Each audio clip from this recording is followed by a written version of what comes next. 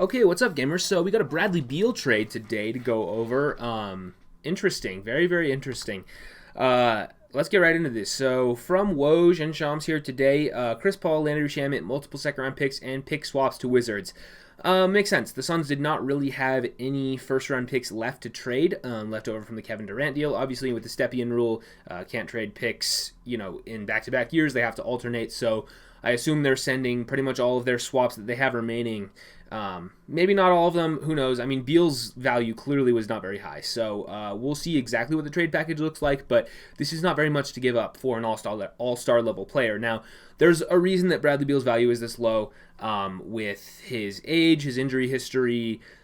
His contract is the number one thing, right? It's clear that he used his no-trade clause that he has to get himself to a specific destination, also to a place where they're not giving up too much here. He wanted to go to a team that's already competitive. The Suns are certainly that. I don't know if they're going to be a title favorite, but the Suns are definitely going to be good for the next couple of years, have a chance to be a pretty solid team.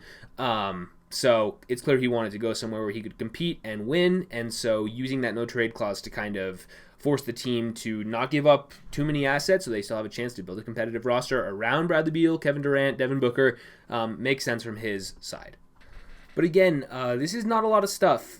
Phoenix gets an all-star level player essentially for free here. I mean, they were going to cut Chris Paul. Landry Shamet, he's a nice depth piece, but definitely not necessary. You can throw him in here and not really blink. Some second-round picks and pick swaps. I mean, that might hurt you down the line, but second-round picks are really not a ton of value. And then these pick swaps, I mean, we'll see, if some of them are like 7 or 8 years from now, they could end up mattering. But in the moment, it kind of just is what it is. Teams trade pick swaps all the time, so I'm not super worried about the value that you gave up if you're Phoenix. To get Bradley Beal back. Now, the contract is the big thing, right? They are now paying 4 guys a metric ass load of money. Kevin Durant on a big max, Devin Booker on a big max, Bradley Beal on a big max. DeAndre Ayton is on a rookie max extension. So that's a lot of money for 4 guys, and they really have no bench. They pretty much have nobody signed under contract for the next couple of seasons to play on their bench, so they're going to have to sign a ton of veteran minimum guys, maybe bring back some of the guys from last season, see what you can do. I don't think they have any picks in this draft. Maybe you can buy a second-round pick or something, or sign some undrafted free agents that you think can maybe make an impact, but it's going to be a task to build out the depth of this Suns roster. We're kind of going to see what it's going to look like over the next couple of days here, a couple of weeks as we head into July and free agency, stuff like that. So going to be interesting to see, but roster very top heavy. They can definitely score. It's going to be a lot of mid-range jumpers. We already know that. I mean, it was last year. Bradley Beal does not take away from that. He loves to shoot his mid-rangers as well. So this is going to be an interesting team. A lot of offensive firepower. Like I said, they're going to need depth. They're going to need some younger guys who can defend. I'm curious about this fit. I think it'll probably end up working out. I think these 3 players are good enough that they can figure it out and work well together. But to me, this is maybe not as good as the Brooklyn Nets team that was together a couple of years ago. I don't know. Maybe it's around the same level. Obviously, KD, same guy.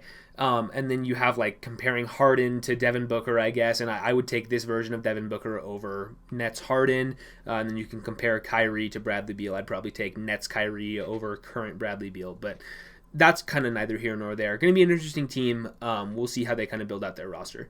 Just a quick look at the Suns cap sheet for the sake of this. Like I said, I mean, Chris Paul and Landry Shamet are going to be off here. You're going to replace Bradley Beal in for that. So you have Durant, Booker, Ayton, Beal, Cameron Payne on a non-guaranteed deal for next season. I think that's partially guaranteed. And then Ish Wainwright, that is a team option. Yep, team option. So I thought he was decent in the minutes he gave. Probably pick that up, bring him back. But other than that, that's literally, 6 players under contract for next year, and some of these guys, you can probably bring back. I prioritize, Torrey Craig. He's a nice depth piece. I think if you can get him for maybe a veteran minimum, that'd be a pretty solid thing. I like Damian Lee from his time with the Warriors. I don't know if you really need him, but shooters, you can probably get him back on a veteran minimum. Never a bad thing. I don't know if they're going to prioritize him or not. Josh Okogie, I really liked. He might cost more than the minimum. He had a pretty solid season, so we'll see on that. But I also prioritize bringing him back. Jock Landale, another guy that gave them good minutes in the playoffs. You could probably bring him back as the backup center. Other than that, none of these other guys really move me. The other thing to consider is maybe you're trading DeAndre Ayton for depth pieces. It was interesting that he wasn't in the deal to Washington. I think the biggest thing for the Wizards was getting the Chris Paul expiring money off so that they can save money in the long term, not have to deal with Ayton's big long-term salary. And I'll talk about the Wizards more in a second, but I think what the Suns are going to want to do is try to flip him for depth, split that contract up into maybe 2 or 3 smaller pieces. Easier said than done. Woj kind of said there's not a super strong market for DeAndre Ayton right now. Not a ton of teams are super interested in bringing him in, so we'll have to see what kind of value they can get out of him. Worst case, you just bring him back. But I wouldn't be shocked to see them shop him around and try to kind of split that contract up because this roster is very, very top heavy right now. Okay, so now let's talk about the Wizards side of this, and I think this is actually really, really interesting to see what direction they're going to go. It's clear that they brought in some new management, a new general manager to kind of take this thing over and see what they can do, put the team in a different direction because they've been really stuck in the middle for a long time now. The Wizards have just been one of the worst franchises in the NBA for a very long time. I don't think they've even ever made the conference finals in their history. They've been around forever and have.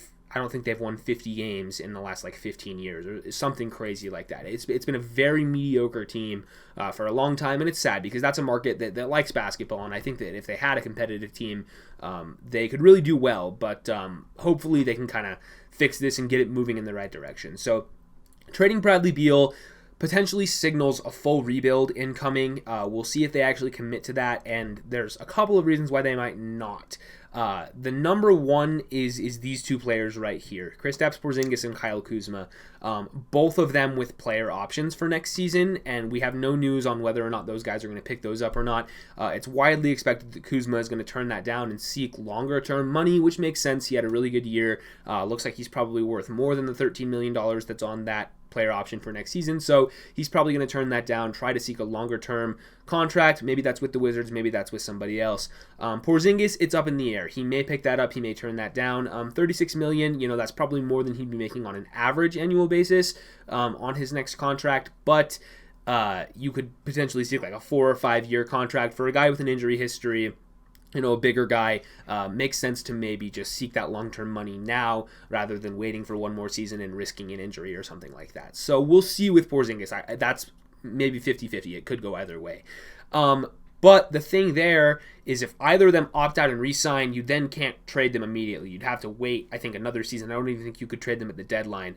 You would potentially have to wait until next summer to flip them and endure kind of another year of being mediocre and not really tanking for a super high draft pick.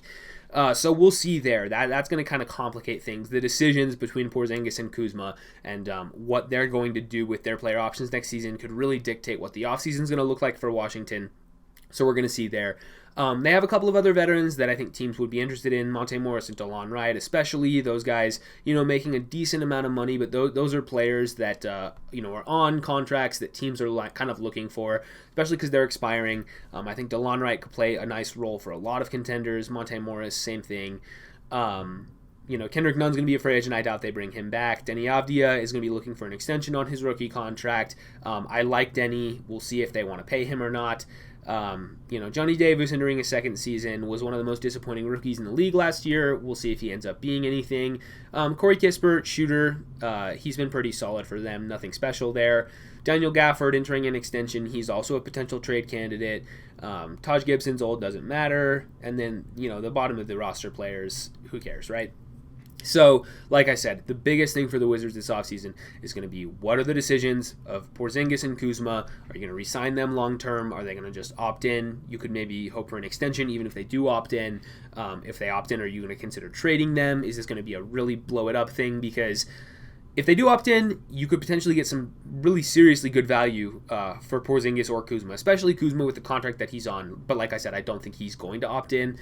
Porzingis, you could really trade him, and he had a good season. I think that there's a lot of contenders that are looking for a guy like him, that stretch 4-5 guy who can score in lots of different ways. He can really shoot.